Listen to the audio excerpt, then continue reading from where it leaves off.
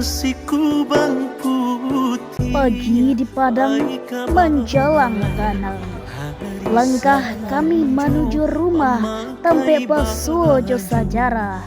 Museum Aditya Warman, saksi bisu dan menyimpan kisah Minangkabau dari zaman ke zaman. Inilah ranah Minang, alamnya indah, subur cukayu. Orang Minangkabau hidup di bawah payung adai matrilineal, adai pasandi syara, syara pasandi kita bawa.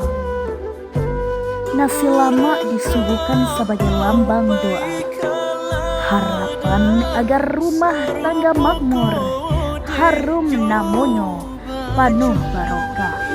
Di siku kami pasujo orang Jerman, ikulah tanda bahwa budaya Minang sudah sampai ke dunia nan luar. Bendi bendi ka sungai tanah, aduhai sayang. Bendi bendi.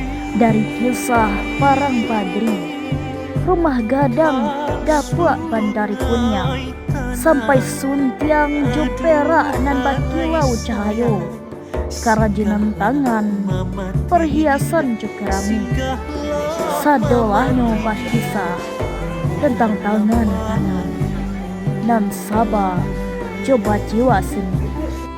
Singgahlah mama tia, singgahlah mama tia, bulan bayu hati siapa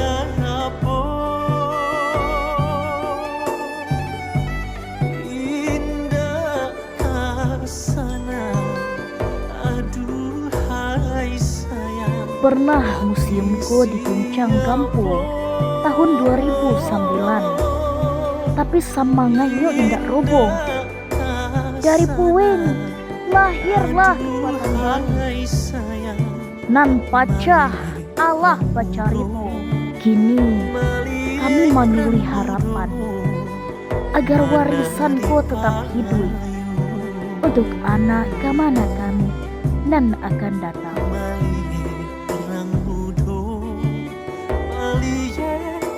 Ruang nan paling dinanti, ruang randang Minangkabau. Randang bukan sekadar masakan, tapi lambang mufakai jo musyawarah.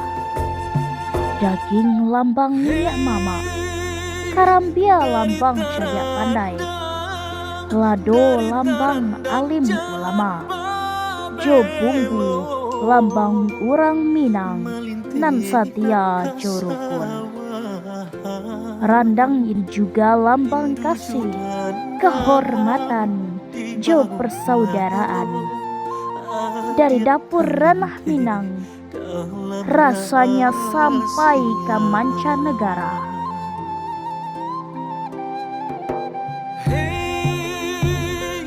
Di ruang pameran kain jubati, setiap helai banang bacarito tentang tangan-tangan yang sabar, seni budaya di sejarah, bapadu jadi satu di Museum Aditya Warman.